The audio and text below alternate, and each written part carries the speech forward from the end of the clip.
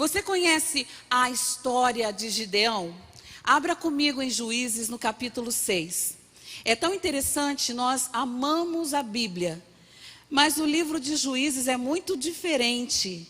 Ele é o segundo livro histórico, quando a gente lê a palavra de Deus, a Bíblia, que é a Bíblia judaica. É o segundo livro histórico. Não faz parte dos 5 primeiros livros, mas dentro dos históricos é o segundo. E se você lê o livro de Juízes, você começa a entender que tanta coisa esquisita aconteceu. Tem tanta história estranha, tem história boa, mas tem história esquisita também. Tem uma história de uma mulher que foi esquartejada. Tem uma história de um homem que fez um voto de tolo. A primeira pessoa que aparecer, eu vou matar essa pessoa. E foi a filha dele. Tem história onde um homem de Deus tinha uma força descomunal, porque a força vinha pelo poder do Espírito Santo, Sansão. Então são tantas histórias. Mas aqui em Juízes, no capítulo 6, nós vamos falar sobre a passada daquilo que Deus colocou na vida da nossa apóstola. A nossa apóstola, ela começou falando na primeira noite, identidade, lembram-se? E nós fomos resgatados na identidade. No segundo momento, eu falei, na segunda quarta, foi herança.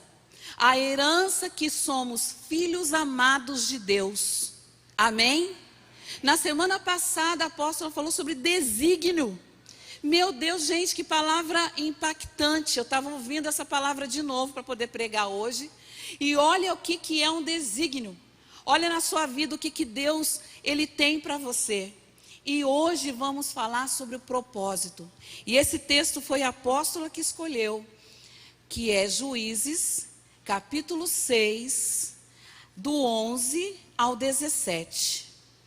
Nós vamos lê-lo bem devagarinho para a gente entender. Amém? Vamos lá. No 11. E veio ali um anjo do Senhor e se assentou debaixo de um carvalho que ficava em Ofra, que pertencia a Joás, o Abiesrita, e o seu filho Gideão. Ele debulhava o trigo no lagar para escondê-lo dos midianitas. E o anjo do Senhor lhe apareceu e lhe disse: o Senhor está contigo, homem poderoso e valente. E Gideão lhe disse: ó meu Senhor, se o Senhor está conosco, então por que tudo isso nos sobreveio? E onde estão todos os milagres dos quais os nossos pais nos contaram, dizendo: o Senhor não nos fez subir do Egito? Agora, porém, o Senhor nos abandonou e nos entregou nas mãos dos midianitas. Versículo 14. E o Senhor olhou para ele e disse: vai neste poder. Gente, eu não posso ficar quieta. Deus é muito engraçado, né? Ele tem senso de humor. Olha só o que o Senhor fala, né, Senhor? Ô, Gideão, vai neste poder, e tu salvarás Israel da mão dos midianitas. Não te enviei eu? Como é que ele sabia que Deus estava enviando, se Deus estava falando pela primeira vez com ele? Ele nem sabia, ele estava tão pasmo. Não sei se você já teve uma grande experiência com o Senhor. Eu me lembro, quando eu tinha apenas 17 anos, eu fazia uma faculdade lá na UBM, na época Sobel, para quem é antigo sabe. Sobel, UBM, eu fui fazer enfermagem, tinha terminado o técnico de enfermagem e fui fazer a faculdade. Eu morava num morro muito alto e nesse morro ficava perto de uma clínica psiquiátrica. E de vez em quando, os que estavam naquela clínica psiquiátrica, eles saíam, pulavam o muro. E para onde eles iam? Para o morro. E eu me lembro que uma vez eu estava, não tinha celular, não tinha WhatsApp, ninguém avisava nada. Eu sei que eu fui subir o morro estava apagado, não tinha luz. Minha mãe ficava lá em cima do morro com o cachorro. orando, e eu subia, e eu era magrinha, subindo o morro. De repente eu vi um homem andando em minha direção. Ele estava sem camisa e estava espumando pela boca. E naquele lugar onde eu morava, muitas vezes acontecia estupro. Eu comecei a tremer, e eu me lembro disso, agora me veio à mente para contar para vocês. E eu comecei a falar em mistério, porque eu já falava em línguas, que eu fui batizada em línguas com 17 anos, eu comecei a falar o Xaramanaia, e ali ele estava vindo, e eu continuei andando, e ele vinha, e eu andando. De repente, quando ele chegou diante de mim, ele deu um grito assim: "Ah, cruz credo!" Aí eu pensei, meu Deus, será que eu sou tão feia assim? Aí o Espírito Santo falou comigo: Adriana, ele viu fogo na sua cabeça. E ele passou correndo, Deus me livre! E saiu correndo. E aí, a Cleusa conhece essa história. Já contei lá atrás. A Cleusa está aqui, ela conhece essa história. Que eu contei na igreja, na época que eu era crente, pregava, era missionária. E ele saiu correndo, e eu subi falando em mistério. Só que na hora que você encontra o anjo, oh glória! Na hora que você mexe naquilo que sai do natural e entra no espiritual, você não tem tempo para ficar fazendo continha, 1 mais 1 são 2 e 2 mais 2 são 4. A gente fica totalmente atordoado, porque a gente não sabe se está na terra, se está no céu. Então, quando você e eu recebemos algo da parte de Deus, nós saímos do nosso controle, porque se nós nos controlássemos, não seria poder de Deus. E Deus prega cada peça. Esses dias eu estava ministrando aqui mesmo na igreja e falei, não precisa pregar, foi só eu falar e agora Deus só está me mandando. Aliás, não precisa gritar, foi só eu falar e o Senhor começou a me fazer gritar esses dias todos. Porque Ele falou, eu faço do jeito que eu quero com você. Você pode até querer, mas o querer dele é maior do que o seu. Desde que você faça a oração. Senhor, me usa. Quem já fez essa oração? Já fez? Então fale para o teu irmão, já era. Ele vai te usar. E não vai usar... Fale com essa pessoa, não vai te usar do seu jeitinho. Ele vai te usar do jeito dele. Faz assim para a pessoa. É desse jeito, eu fui falar aqui, estou engolindo a palavra. E aí, veja bem, o anjo do Senhor lhe apareceu e lhe disse, o Senhor está contigo, homem poderoso e valente. Gideão lhe disse, meu Senhor, como é que eu vou fazer isso? Aí o Senhor responde e fala assim, vai, lá no 14, vai neste poder, e tu salvarás Israel da mão dos midianitas, não te enviei eu? Ah, é, o Senhor está me enviando? Estou, acorda. E ele lhe disse, ó meu Senhor, com o que salvarei Israel? Eis que a minha família é pobre em Manassés, e eu sou o menor na casa do meu pai. E o Senhor lhe disse, certamente estarei contigo, e tu ferirás os midianitas como a um homem. Versículo 17. E ele lhe disse, se agora tenho achado graça aos teus olhos, então mostra-me um sinal de que tu falas comigo. Nesse momento que nós lemos esses versículos, a gente vai perceber que o Espírito Santo, ele providencia todas as coisas. Primeiro, olha só, para viver esse propósito na sua vida e na minha vida, a gente não pode ficar querendo descobrir tanta coisa boa na pessoa que vai viver o propósito. Porque Gideão significa lenhador. Não tem nem sequer um nome que aponta por uma coisa profética. Adriana significa Adriano, pessoa germânica e pessoa escura. O seu nome aponta para alguma coisa que é profético? Tem gente aqui que tem. Tem gente aqui que tem um nome que aponta para o profético. Quantos aqui sabem o que significa o seu nome, Josué, tem outros aqui, né? Cristiane é filha de Jesus, como é que é? Filha do rei? Espera do rei. Quantos tem nome profético, que aponta para o profético? Glória a Deus. Mas ele não tinha. O nome dele era lenhador. Ele era filho de Joás, de um clã menor, o clã de Manassés, e era de um microclã de Manassés. Então ele não era nada, não tinha um nome bom, não era rico, não tinha um bom cargo, e ele nem era tão inteligente assim. Então eu quero te dizer que para viver o propósito, eu gostaria que você colocasse a mão no seu coração, fale, para eu viver o propósito profético na minha vida, eu preciso aceitar quem eu sou. Você se ama? Você gosta de você? Você quando acorda, você fala bom dia para você mesmo? Fala bom dia Espírito Santo e bom dia para você. Tem gente que quer servir a Deus e quer amar a Deus, mas não consegue nem amar a si próprio. A Bíblia diz que você só ama o próximo se você se amar também. Você primeiro precisa se amar, para depois se amar o próximo. E a autoaceitação é um processo psicológico, psíquico, emocional. Se eu não me aceito do jeito que eu sou, como é que eu vou conquistar as coisas que o Senhor tem para mim lá na frente? Eu quero que você entenda, Gideão, ele era simples, sim ou não? Mas tinha ocupação e estratégia. Ele se via pequeno, sim ou não? Mas não era incapaz. Eu posso ser uma pessoa destituída de muitas coisas, mas eu não sou incapaz. Você não é incapaz.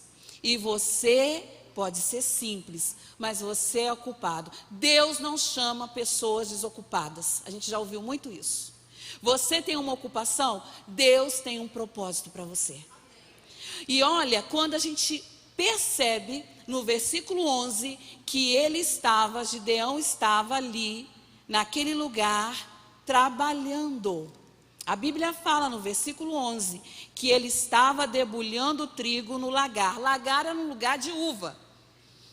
E o lagar é muito interessante porque é tipo uma bacia ou um tanque. E ali eles colocavam algumas coisas presas para a pessoa ficar segurando, tipo, colocavam um cinto de couro e a pessoa ficava segurando assim e pisando. Então não era qualquer pessoa que podia aparecer. E aquele lugar já tinha uma aberturazinha para todas as uvas sendo esmagadas e ali saía aquele líquido. Então não podia ser um lugar que batia um sol, porque poderia modificar a estrutura do suco daquela uva. Lembra quando Noé, ele comeu muita uva? Ele fez muito suco de uva e ele depois tomou e ele foi ficando no sol. O que aconteceu com ele? E ficou bêbado. Não existia destilaria naquele momento, mas o calor fermentou e ele ficou totalmente diferenciado dentro do organismo dele. Então, se Gideão estava ali, fazendo o quê? Não fazendo assim com trigo. Ele estava usando tipo uma vara. E ele estava malhando aquele trigo no lagar, porque o lagar era um lugar escondido. E se fosse na eira, todos aqueles midianitas já iam ver lá de cima. Meu marido me falou isso hoje.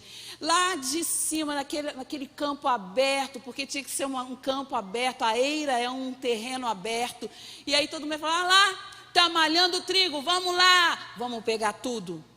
Eu quero dizer para você que hoje nós vamos orar contra demônios que roubam aquilo que nós estamos colhendo na nossa vida.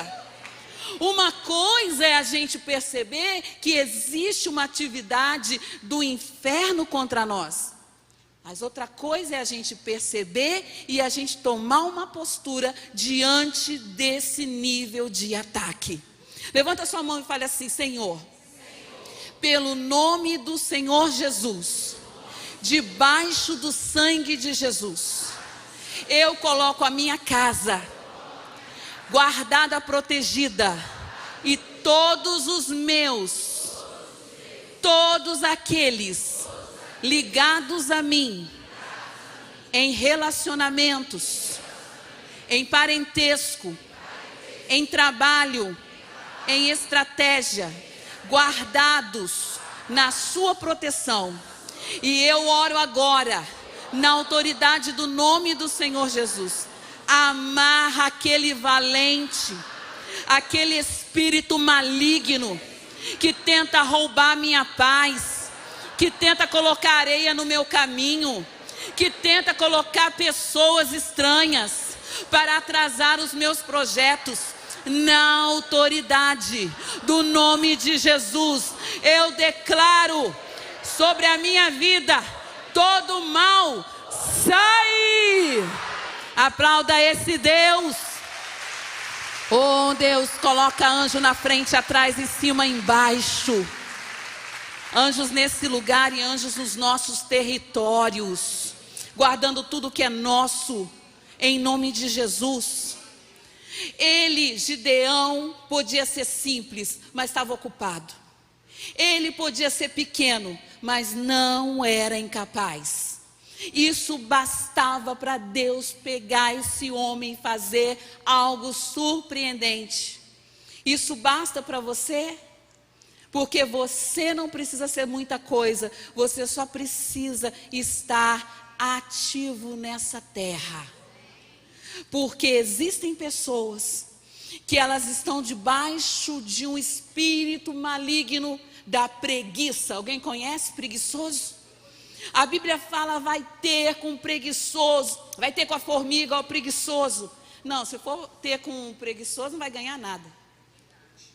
Vai ter com a formiga, seu preguiçoso. A Bíblia fala de pessoas que têm atitudes egoístas. O egoísmo é uma coisa muito ruim, porque a pessoa só pensa nela e não faz nada para ninguém, porque tem preguiça, porque não tem proatividade. O mundo está muito difícil hoje. Se nós no nosso trabalho não formos proativos, não seremos chamados colaboradores. Você vai ser colaborador como? Se você não é proativo. Pastora Adriana, você concorda com essa palavra colaboradora? Não vou falar a minha opinião, mas na minha cara você já percebe. Porque às vezes você é um colaborador, mas às vezes você está no trabalho e você não é aquela pessoa que poderia fazer mais um pouco. Por que será que a Bíblia fala que eu e você vamos receber exatamente aquilo que nós semeamos? Ah, eu não vou fazer não, porque eu não sou boba. Você não está fazendo às vezes para a pessoa, você está fazendo para Deus. Tem um anjo ali te olhando. Não vai estar debaixo da árvore, mas vai estar debaixo do seu ponto ali. Debaixo da sua sala, olhando para você. E com certeza, se não vem na mão de homem, vem na mão de Deus a sua vitória.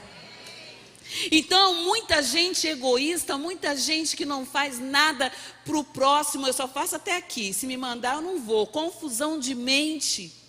Muitas pessoas que não gostam de ler, não querem aprender. Tudo está ruim, nada está bom. Com certeza, para aqueles que gostam de orar e acordam para orar e às vezes estão durante o dia e Deus toca, tem um céu estranho sim sobre a nossa cabeça. A gente já sentiu, a gente já tem jejuado, mas uma coisa é falar: o céu está estranho, está tudo difícil na palavra. Um dia eu me lembro que eu falei com a pastora Lídia: pastora Lídia, eu vou construir uma casa num lugar, mas como é que eu vou fazer, pastora? Porque eu vou construir uma casa tão simples naquele lugar. Ela falou: eu repreendo isso agora, tira essa palavra agora, fala que você vai ali, vai fazer, vai construir, vai ser uma bênção. Aí eu falei: tá bom. E eu admiti na hora, falei assim: eu repreendo essa palavra em nome de Jesus, e eu quero agora, em nome de Jesus, receber a autoridade para antever. Fale comigo: a antevisão é a fé como um combustível para aquilo que eu ainda não toquei, mas que já está na mão de Deus. Amém? Então, tudo que é o contrário daquilo que Gideão fazia. Ah, mas Gideão não era vergonhoso, não era medroso? Poderia até ser, mas estava fazendo alguma coisa. Pode perguntar para quem está do seu lado, eu sei que ninguém gosta disso, mas a gente vai fazer isso. Pergunta assim: você está fazendo alguma coisa nessa vida? Não é bobagem não, tá, gente? Não estou falando de fazer bobeira não, bobiça não. Você está fazendo alguma coisa produtiva? Porque tem gente que está queimando tempo, e o nosso maior tesouro é o tempo. A vida não volta. Cada dia, um dia de cada vez, a gente precisa vencer a procrastinação. Todos somos procrastinadores, amém? Vamos fazer assim uma régua. Tem gente que fala, eu não sou procrastinador. Todo mundo é procrastinador, gente. Todo mundo, a gente esquece de alguma coisa. Tem gente que gosta de falar que sabe fazer tudo, sabemos nada, a gente esquece. Sim ou não? Às vezes a gente fica com raiva, sobe um negócio assim. Se eu pudesse. Mas a gente respira, ora, jejua, fala, sai dela. E sai mesmo, em nome de Jesus. E aí a gente respira, conta até 3, faz aquela respiração 10 vezes. E Deus vai nos dando autoridade para a autorregulação dos nossos sentimentos, das nossas emoções. E aí a gente começa a ficar centrado. Uma coisa eu digo para você, talvez Gideão estivesse com medo dos midianitas, porque era todo dia perseguição. Pegavam todas as cabanas, os cavalos, eles vinham igual, sabe, um enxame de gafanhoto. E eles roubavam tudo. Israel agora estava pobre, paupérrimo. Porque você imagina se eu e você, todo dia, a gente é roubado. Imagina se todo mês a gente ganha o nosso salário e alguém vem e pega o nosso salário e rouba. O que vai acontecer? Está repreendido, né? Sai fora, Senhor, manda anjo, cancela essa palavra, que nem hoje, nem nunca vai acontecer isso. Mas você imagina, como é que a gente ia ficar? Normal, estou feliz, estou indo trabalhar, fui assaltado ontem, mas eu sou firme. Não, a gente ia cair o semblante, porque a Bíblia fala que a promessa demorada faz adoecer o coração. Quando as portas não abrem, gente, a porta não abre, a gente ora, jejua, não acontece nada. A gente vai ficar feliz, não, a gente tem que ser sincero, a gente tem que falar com o Senhor. Esses dias eu estava falando com o Senhor, eu falei, Senhor, mas é assim mesmo? É isso? O que é mesmo? O que você está querendo me ensinar mesmo? Porque tem hora que a gente não pode ficar, tudo bem, isso é doideira, gente. Também a gente não vai ficar dando soco no ar. Mas a gente tem que ser sincero. Não gostei, Senhor. Mas não tem nada com o Senhor, não. O Senhor gosta de tudo, tá? Eu, hein, sou boba. O Senhor é maravilhoso, Jesus querido. Eu não estou gostando dessa situação. O que está acontecendo? Senhor, eu vou fazer um propósito. Hoje a pastora Cleusa está falando comigo. Porque o propósito aqui é o propósito de vida, mas também tem propósito de oração, de jejum, né, pastora? Vou 7 vezes naquele monte, até que eu encontre o meu marido. Eu já encontrei, glória a Deus. 30 anos casado, que ele me aguenta. Eu gosto muito daquela música, né? Ontem sua namorada, hoje sua mulher. Tipo assim, chupa essa manga. Essa música é engraçada, ela mexe comigo. Quando eu vejo cantar em algum casamento, me dá uma vontade de rir. E quando eu estou fazendo casamento e alguém está cantando, da tempestade de amor. E aí canta, né? Ontem sua namorada. Eu falo, não, gente. Dá um cansaço. Hoje sua mulher. Não cansa? Agora hoje, né? E sempre, né? Tá bom. Voltando. Quando Deus chamou você, e Ele me chamou, Ele chamou por um propósito. E esse propósito de oração, às vezes a gente vai fazer jejum, às vezes a gente vai deixar esse cabelo crescer. Pastora, você tem tantos anos de cabelo curto. O Senhor falou, eu quero um negócio para você. Eu falei, já até sei. Tá, e até quanto tempo? Até eu te disser. Eu fico pensando, e se crescer até aqui, gente? Aí eu pensei, aí eu vou fazer um coque, ou uma trança, pensou? Pastora Creuza, eu amo cabelo pequeno. Eu amo cabelo cortadinho, jogadinho assim, porque fica mais jovem. Porém, existem momentos que a gente tem que abrir mão de uma coisa que a gente gosta, um horário que a gente gosta de dormir, um lugar para a gente ir lá orar, porque Deus, Ele quer que você movimente as águas paradas.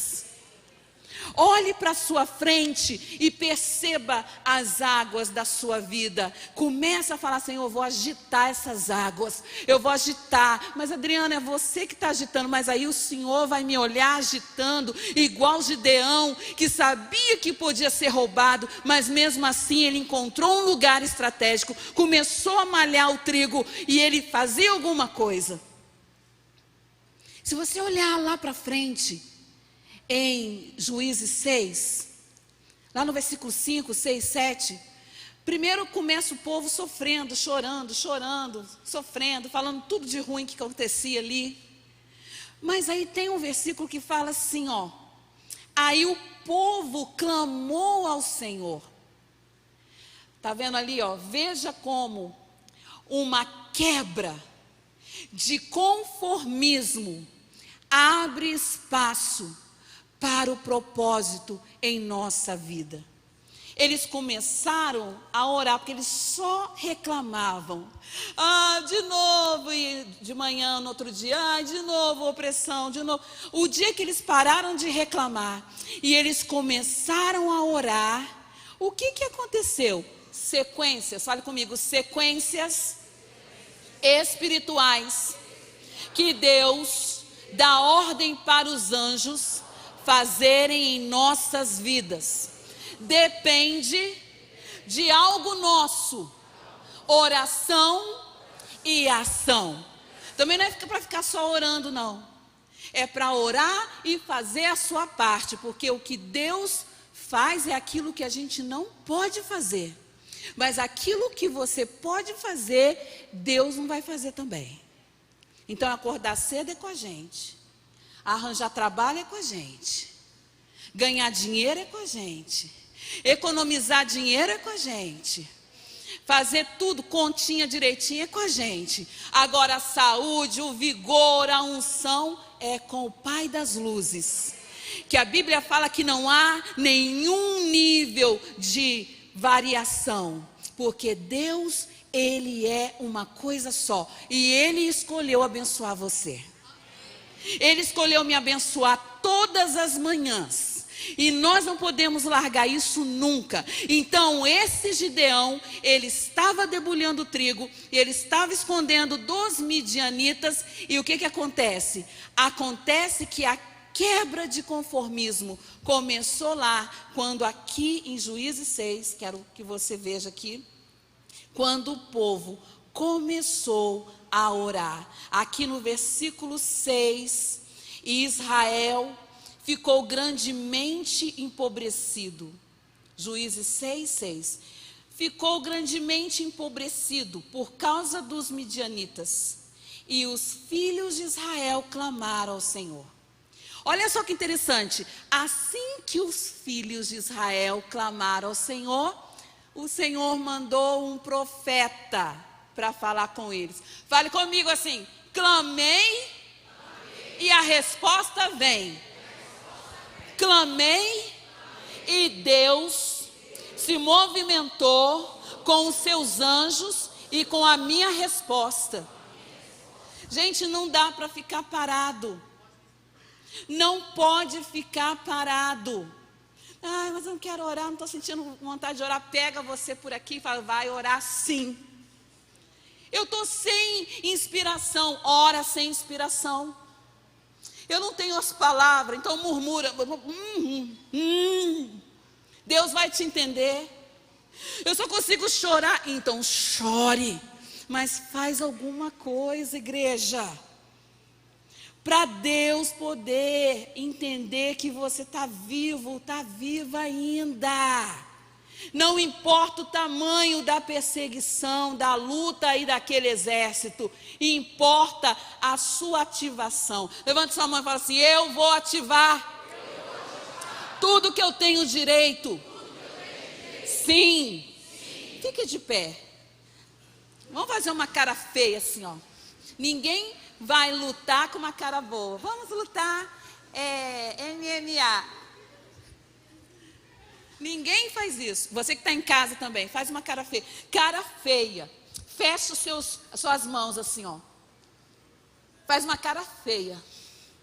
Fale, eu vou, em nome de Jesus, ativar todas as bênçãos e promessas que o Senhor entregou para mim. Agora você vai dar um grito assim, ó. Uou!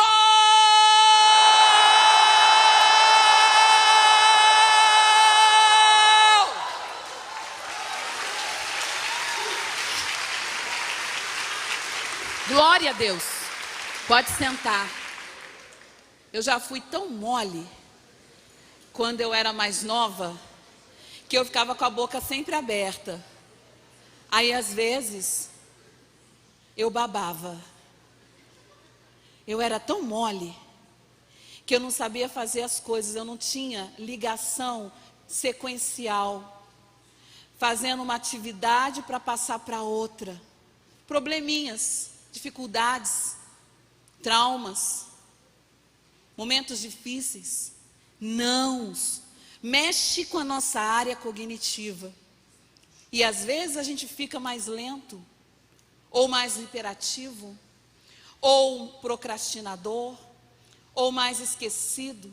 A gente começa a fazer um negócio, não termina, deixa sem terminar, vai fazer o outro, não termina, deixa sem terminar. Daqui a pouco tem 5 coisas abertas e a gente não terminou. Problemas que passamos na infância, perseguições, falta de dinheiro, coisas que a gente quis e não conseguimos. A gente tentou, orou e a gente até ouviu que Deus ia dar para a gente e na hora a gente não conseguiu, a gente tem que entregar aquele negócio, a gente tem que desfazer o negócio e a gente vai ficando triste, angustiado e a gente vai perdendo a fé. Não é em Deus não, gente, porque eu sei que você e eu, nós amamos a Deus. Às vezes perdemos a fé em nós. Para que eu vou fazer? Toda vez é bomba. Eu começo muito bem e depois cai tudo, desmorona. Eu estou indo na fila, na minha vez, acabou, fechou. Se nós não desconstruirmos as nossas vivências traumáticas, se nós não pararmos de chamar toda hora aquilo que não deu certo, nós vamos estar com uma energia de vida só para coisas que dão errado. Quando você tem muita coisa dentro de você que é uma energia de morte, que energia, pastora? A cósmica, a energia transcendental, a energia do universo, a energia dos cristais. Não, a energia quando Deus soprou na narina de Adão. Agora você é alma vivente. A sua alma vivente tem uma energia. Todos os dias nós precisamos em Cristo modular essa energia Porque nem sempre acordamos bem, nem sempre estamos querendo, nem sempre estamos animados, mas a palavra de Deus, que é uma espada, que tem 2 gumes, ela é a única que divide juntas e medulas, alma do Espírito, e discerne os corações. A palavra te levanta, te coloca firme e te faz vencer. É assim que o Senhor fez com Gideão.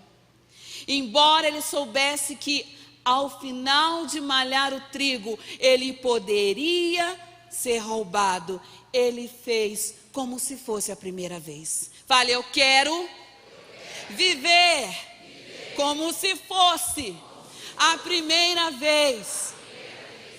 Feche seus olhos.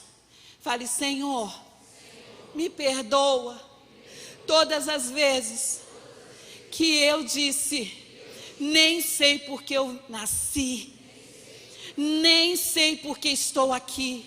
Perdoa, Jesus, e me batiza com o amor da energia da tua vida em mim, para que primeiro eu ame a ti, mas em segundo eu me ame, e no terceiro eu amarei as pessoas como eu me amo, e assim eu cumprirei o seu mandamento. O povo queria saber, Jesus, lembra do decálogo, 10 mandamentos lá de Êxodo 20? Qual que é o melhor? Qual que é o mais importante? Qual que eu posso... Jesus simplesmente fala assim, simples do jeito que ele era. Eu vou te falar, todos aqueles se resumem só em um.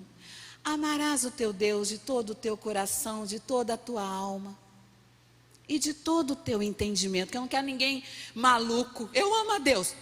Não amo a Deus. Eu amo a Deus. Não amo a Deus. Eu quero ir para a igreja. Não quero ir para a igreja. Eu quero ir para a igreja. Não. Eu quero que você me ame no seu entendimento. Porque quando você coloca a sua mente debaixo do senhorio de Jesus Cristo, as confusões acabam. Pensei que tivesse que fazer libertação, 7 semanas. Não precisa.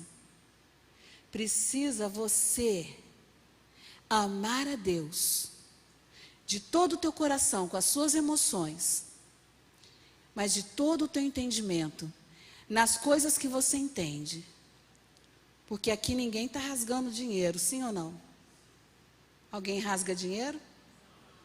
É até um pecado, né, gente? Então nós sabemos muito bem o que a gente faz.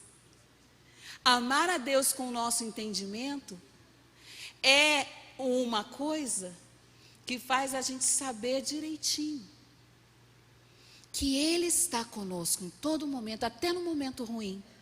E foi isso que aconteceu com Gideão. Gideão não era um covarde, porque senão Deus seria muito mentiroso. Por que que ele ia dizer, meu filho, tu és poderoso, você é homem poderoso e valente? Porque Deus só fala a verdade. Você acha que era mentira? E você, é forte e poderoso? Mais ou menos. Não, fale, eu em Cristo sou forte e poderoso. Eu tenho uma frase que eu falo há mais de 15 anos. Eu montei essa frase, eu posso te emprestar, só que você vai ter que colocar seu nome. Só se você chamar Adriana, aí é a mesma coisa. Eu falo para mim, não é todo dia, mas na semana umas 3 vezes. Adriana, escuta. Você é Adriana, vírgula. Não é melhor do que ninguém, vírgula. Mas também não é pior do que ninguém. E você merece ser feliz. Não tem 15 anos, não. Comecei em 2020. 2015. Quando eu comecei a fazer essa palavra para mim mesma, que é a autocompaixão, Porque se você não tem autocompaixão, e se você não tem autoconhecimento, e se você não se ama, você só dá burdoada em você todo dia, não precisa nem de diabo na sua vida. Não precisa de demônio, não precisa de inimigo, você mesmo faz o trabalho, você mesmo se autoflagela, você mesmo se acusa, você mesmo fica com uma culpa enorme e você não consegue dormir, você não consegue parar de pensar. Por quê? Porque você não entrou nesse ministério de Jesus do mandamento. Amarás o Senhor sobre todas as coisas, na sua alma e no seu entendimento, e o seu próximo como você mesmo. O parâmetro para amar o outro é se você se ama. Se você não se ama, como você pode amar alguém? Levanta sua mão e fala: Senhor, eu estou aqui. E foi o Senhor que me criou. E o Senhor não cria coisas erradas. Então, me ajusta, Senhor. Manda um beijinho para o Senhor. Aleluia! Glória a Jesus! Deus é bom! Você quebra o conformismo quando você abre espaço para o propósito em sua vida. Quando os filhos de Israel clamaram ao Senhor, quando o Senhor enviou o profeta, aí Gideão recebeu o anjo. Por isso que todos nós vamos orar aqui, porque nós precisamos passar por esse nível. E eu quero falar para você que Deus, Ele chamou você para vivenciar este propósito. O que é um propósito? Propósito, a palavra vem do latim, que propõe pro, à frente, e pronere, colocar. Propósito é tudo aquilo que você coloca à frente dos seus olhos e você decide chegar lá. Vamos de novo? Fale: propósito é tudo que eu coloco à frente dos meus olhos e eu faço de tudo para chegar lá. Propósito é colocar à frente, é expor à vista. Propósito é algo que tem uma intencionalidade. Isso é propósito. Todos nós temos propósito de vida. Graças a Deus. Na verdade, nós somos pessoas comuns. E o que nos faz sermos diferentes é o que, gente? É o propósito. Como que uma pessoa, como por exemplo, a pastora Cleusa, vem cá um pouquinho. A pastora Cleusa, como é que, você poderia pensar, pastora, para vocês que estão em casa, nossa querida pastora Cleusa.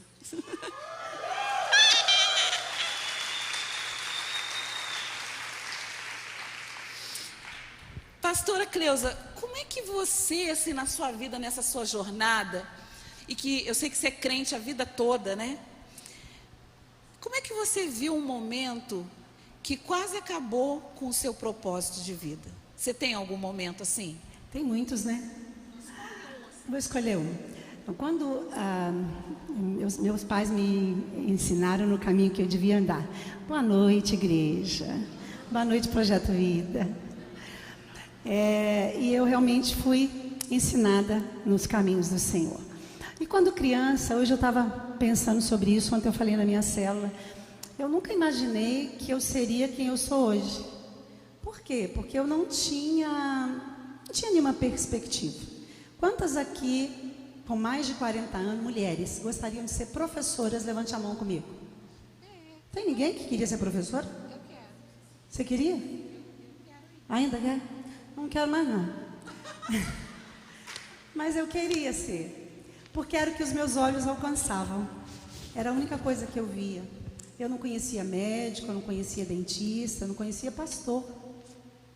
Então ser pastora Nunca passou pela minha cabeça. E quando, em 2000, o apóstolo me ungiu, o pastor, ele disse assim, eu trabalhava com as crianças na época, e ele disse assim, você não está sendo ungida como pastora de crianças. Não sei quantos se lembram disso. Mas o Senhor está me mostrando que você é como um leme de uma embarcação, que vai trazer direção para muitas pessoas. E eu fiquei com aquilo no meu coração, né? Falei, meu Deus, como que eu vou fazer para dar direção para alguém? E uma vez o diabo tentou realmente acabar com esse propósito na minha vida. Em 2006 eu me separei do meu marido, já pastora, e eu me separei do meu marido. Agora, como que uma pastora pode estar separada? E na época eu trabalhava com as crianças. Então, como que eu posso cuidar de crianças sem marido? Como que eu posso ser exemplo para crianças sem o marido? E eu me lembro que naquela época eu cheguei para o apóstolo e disse, apóstolo, eu não posso mais cuidar das crianças. E aí eu dei um passo para trás. E eu não cuidei mais das crianças. E eu fui fazer outras coisas na igreja, enfim. Mas naquele dia, Satanás tentou roubar o chamado que Deus tinha na minha vida. O propósito pelo qual Deus me criou, lá no ventre da minha mãe. Satanás realmente quis matar esse propósito.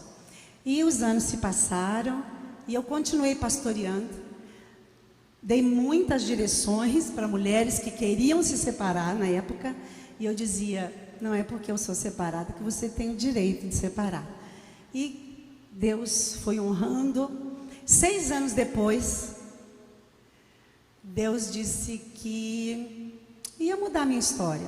Me lembro que em Israel, em 2010, lá no Monte das Oliveiras, eu falei, Senhor, eu não quero sepultar aquilo que o Senhor ainda não sepultou. Mas eu também não quero ressuscitar aquilo que o Senhor já sepultou.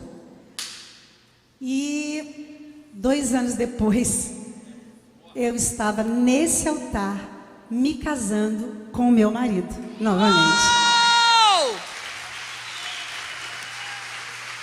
Eu estava malhando trigo no lagar.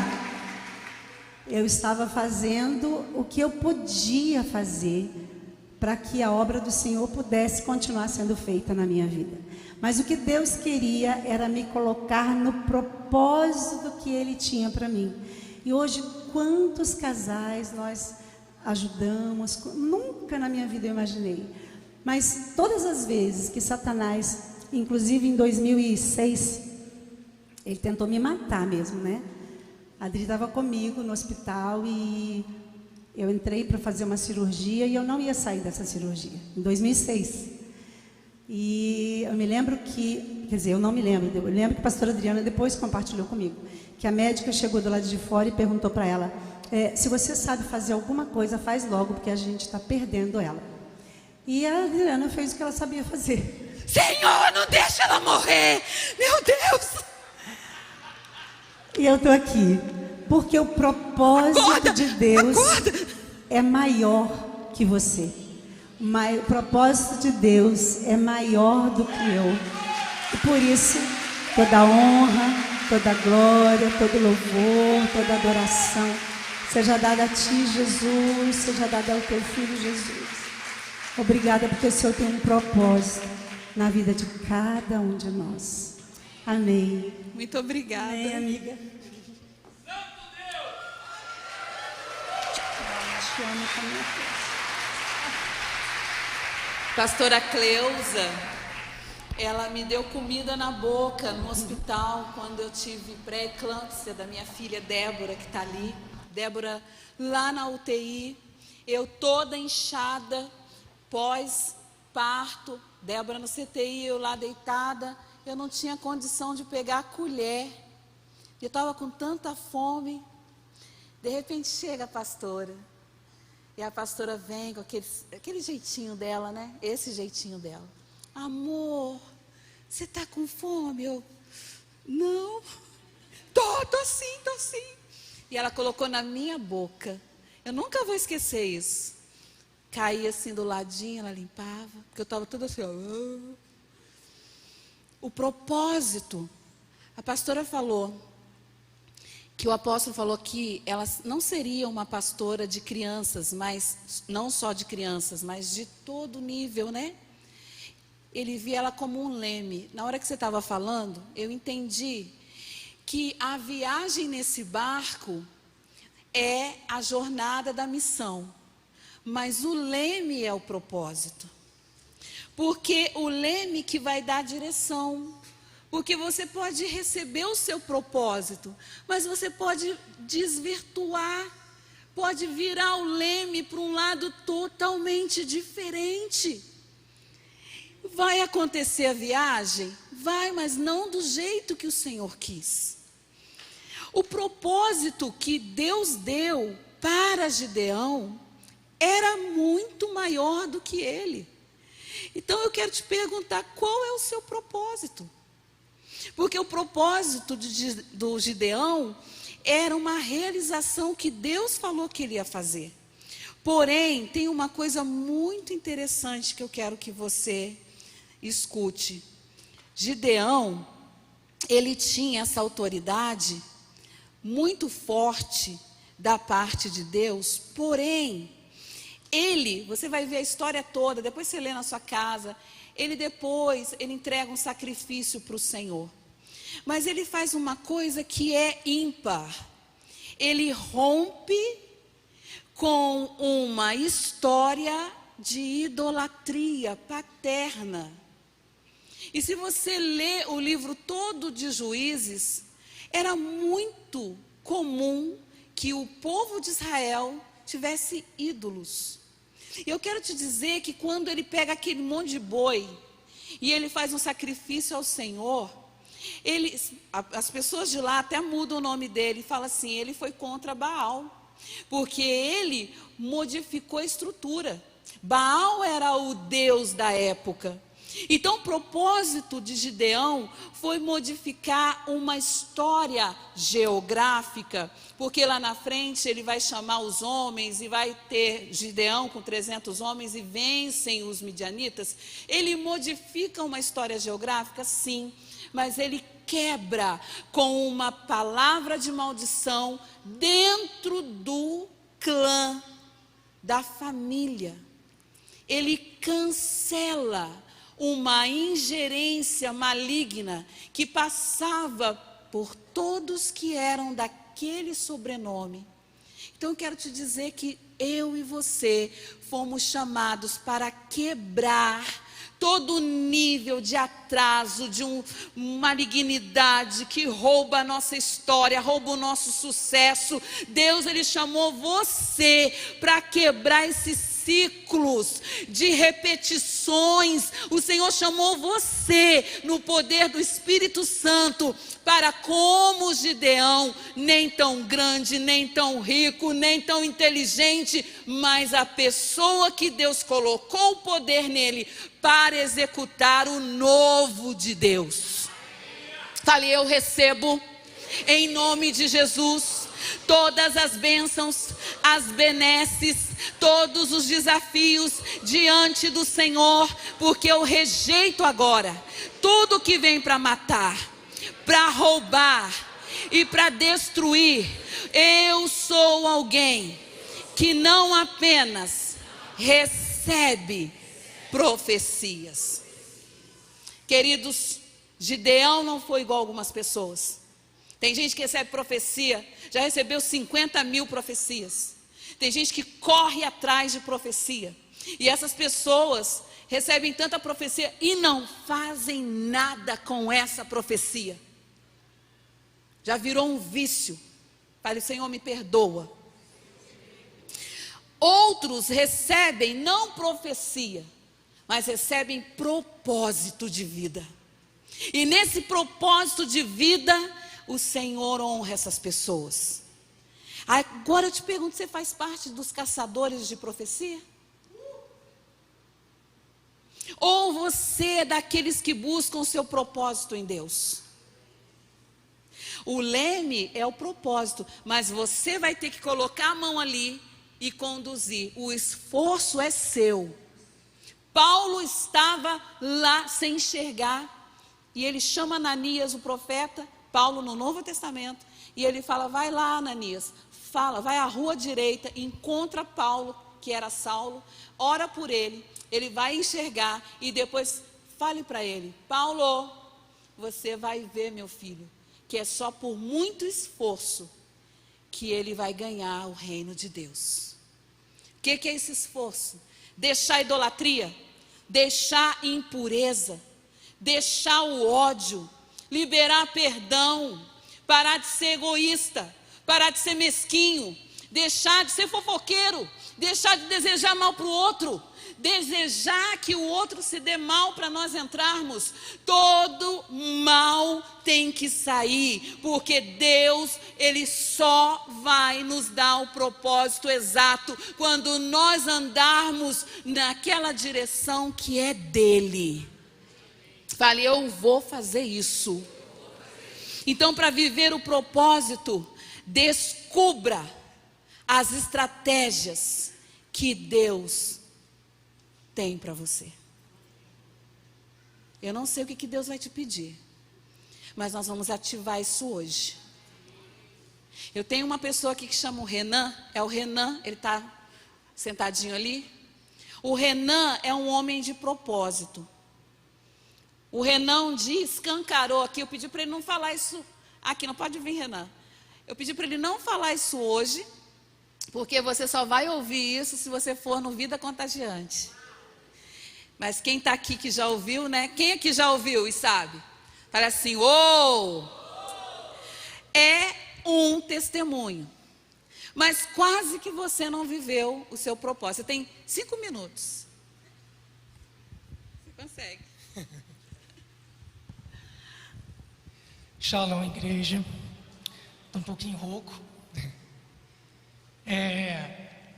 Então, Eu sou o Renan, filho amado Oi, do Pai. Renan. É assim que a gente se apresenta no Vida Contagiante.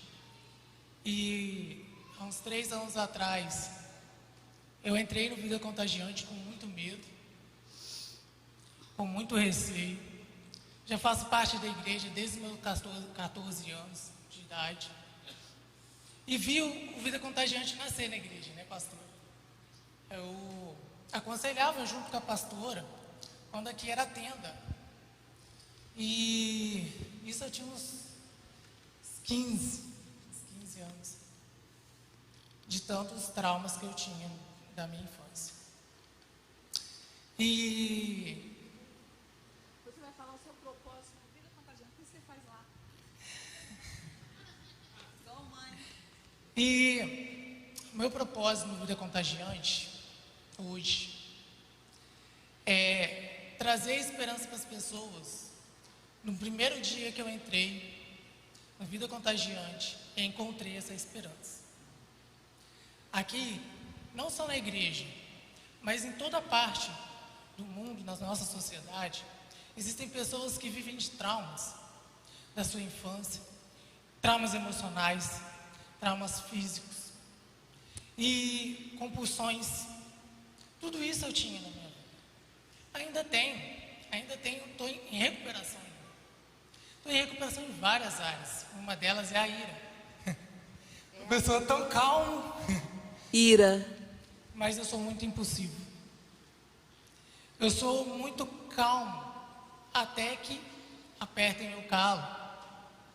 E aí, quando eu vejo, eu já estou dando uma má resposta. Quando eu vejo, eu já estou desistindo das coisas. Então isso infligiu no meu ministério há muito tempo, na minha caminhada com Deus. Mas hoje eu tenho uma perspectiva de vida. Tem um trecho do livro que diz assim, Coloca mais pertinho. diz assim, ó: a vida só pode ser compreendida olhando-se para trás, mas pode ser vivida olhando-se para frente. Então eu tive que olhar para trás, no 4º passo, onde diz sobre o inventário moral. E o inventário moral, você escreve a sua vida desde o seu nascimento até a idade atual. E eu fiz esse inventário e chorei. mas eu chorei demais. Porque eu vi cenas da minha vida passando enquanto eu escrevia. E Deus me curou. E eu liberei perdão para pessoas. E eu coloquei a vida dessas pessoas na mão de Deus. E eu abracei meu pai, coisas que eu já fazia mais de 10 anos que eu não abraçava o meu pai, mesmo morando na minha casa. Eu tive perspectiva de um casamento bom, eu consegui casar. Eu tenho 2 filhos. E eu não tinha essa perspectiva. Mesmo casando, mesmo tendo meus filhos, mesmo tendo um emprego dos sonhos que eu sempre quis trabalhar na área da saúde, eu não tinha essa perspectiva. E no Vida Contagiante, Deus falou assim: eu tenho um propósito para você. E através desse ministério você vai alcançar muitas vidas. E esse é o meu propósito de vida: trazer esperança para aqueles que precisam. Glória a Deus. Obrigada. O grupo que o Renan ele lidera, tem muitos homens. E ele está junto com a pastora Osana nesse ministério de dança. E eu acho tão legal quando ele está lá no chão, ele levanta assim. A gente tenta fazer, né? Faz um negócio assim, levanta. E a gente vê, é um salto espiritual. E ele é um homem que tem tido muitas experiências com Deus. E ele não tem vergonha de entender que ele precisa de mudança.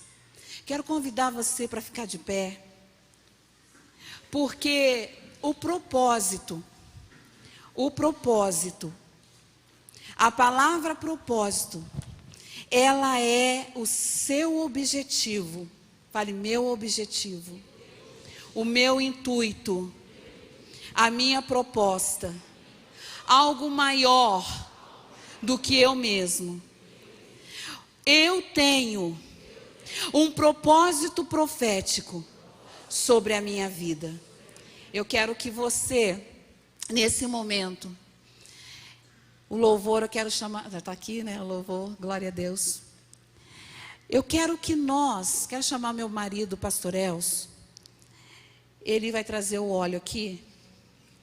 Nós vamos ungir a mão de cada pastor. Vem cá, pastores, vem cá no altar. Sobe aqui. Nós vamos ungir, ele vai ungir cada mão de pastor. E nós vamos ativar hoje o propósito. O propósito, ele precisa acontecer, mas não precisa ser pesado. Não precisa ser uma cobrança. Não precisa ser uma questão da pessoa ficar toda hora alguém falando, olha, esse é o propósito. Sabe por que muitas pessoas não ficam bem na igreja? Porque sempre tem alguém para ficar, ó, você já orou hoje? Jesus não faz isso. Tem que ser leve, tem que ser bom, sem cobranças, sem as pessoas ficarem ali. Ai, meu Deus, eu não posso nem rir mais alto que eu estou sendo observado. Não, não existe isso. Nós somos filhos de Deus. E Deus, ele vai te dar um propósito que vai crescer dentro do seu coração. A apóstola falou na semana passada sobre desígnio. Ela falou que muito do que machuca a gente, você que estava aqui, lembra? Você que assistiu pela internet, muito do que dói o nosso coração. E a gente pergunta para Deus, por que o Senhor não resolveu isso? É porque o Senhor está te despertando. Porque aquilo que dói em você, é aquilo que Deus quer te dizer que é o seu propósito. É aquilo que é o seu propósito. É aquilo que Deus quer deslanchar na sua vida, para você conseguir tocar outra pessoa. Obrigado por assistir até aqui. Se inscreva em nosso canal para que você possa acompanhar as nossas pregações e venha fazer parte da família Projeto Vida. Você quer entregar sua vida a Jesus? Fale conosco agora e saiba de uma coisa: há uma prosperidade de Deus em sua direção. Se você quer participar de nossos projetos, você pode aqui mesmo fazer parte disso e tenho certeza que Deus vai abençoar você. Até lá!